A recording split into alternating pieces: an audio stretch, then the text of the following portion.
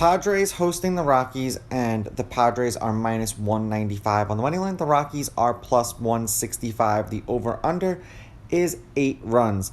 The Rockies getting a run and a half on the run line are minus 130, meaning if you bet them that way and they win this game outright, you win, or if they only lose by 1 run, you'd win.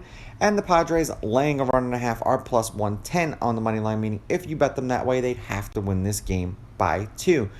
Now, the Rockies won the last game they played, which was yesterday, and the Padres lost the last game they played. Obviously, these teams played each other.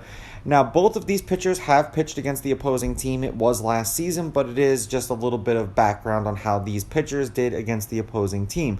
Freeland was 4-1 against the Padres in his 5 meetings, or at least the Rockies were 4-1 in the games in which he was on the mound.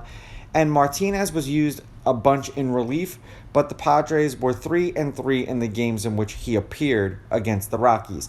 Now, for Freeland, the first game that he pitched against the Padres last year, 6 innings, 2 runs, 2 earned. They won that game 6-2 in San Diego. 7 innings, 4 runs, 4 earned. They won that game 10-4 in Colorado. 4 innings, 5 runs, 5 earned. They won that game 8-5, also in Colorado.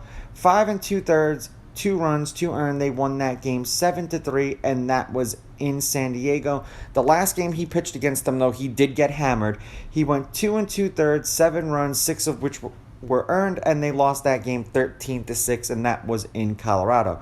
Now, for Martinez, like I said, they kind of used him in both roles. He went 5 2/3, 1 run, 1 earned. They won that game 2-1 in 10 innings.